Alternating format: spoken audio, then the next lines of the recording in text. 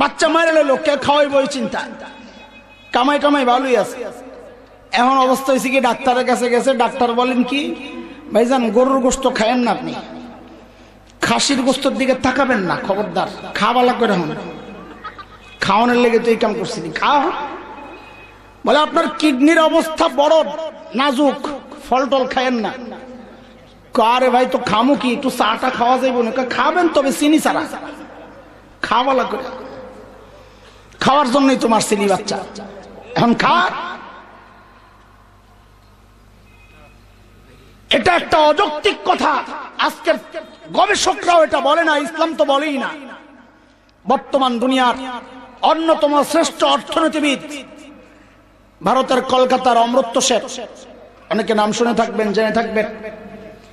কয়েক বছর আগে তিনি তার এক গবেষণার জন্য নোবেল পুরস্কার, সবচাইতে বড় পুরস্কার দুনিয়ার, এই পুরস্কারের জন্য বিবেচিত হয়েছিলেন।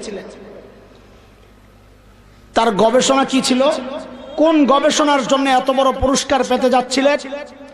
তিনি গবেষণা করে দেখিয়েছেন খাদ্য, মানুষ বাড়লে খাদ্যের অভাব হয়, এই কথা ভুল।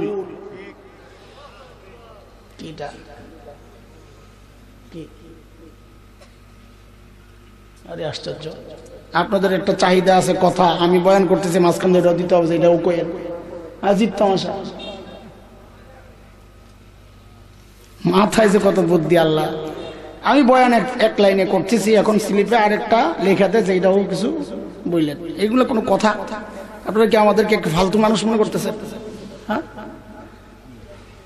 সাহসটা করলেন কেন স্লিপ দেওয়ার? আজকে হুজুর বসা, আমি উঠে চলে যেতাম। এখন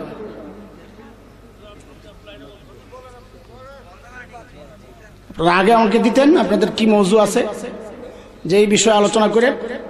আমি কি মূর্খ মানুষ যে আপনি একটা দিলে আমি কান্দা শুরু করুন? দিতেন আপনি, বাস ঠিক আছে। খেয়াল করেন,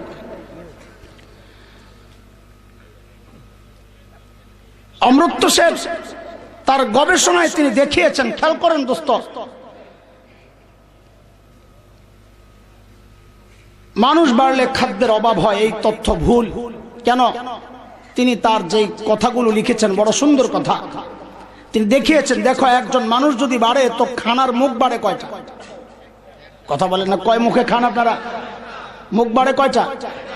দেখো, মানুষ বাড়ছে একজন, খানার মুখ বাড়ছে একটা, অথচ কর্ম হাত বাড়ছে দুইটা।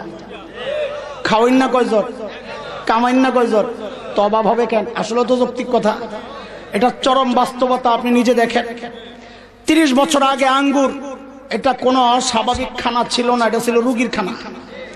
আপনারা বলতে পারবেন মুরব্বীরা, আঙ্গুর দরকার, রুগী দেখতে যাবে, তো ওই গেছে চাঁদপুর, অনেক দূরে, যা দেখে এক দোকানে একজনে 100 আঙ্গুর, কেজি না কি, 100 আঙ্গুর লয়ে বয়ে রয়েছে, তার মধ্যে অর্ধেক গুলা শুকাইয়া কিসমিস হয়ে গেছে, গেছে কি নয় না, আধা পোয়া কিনছে কদ্দুর।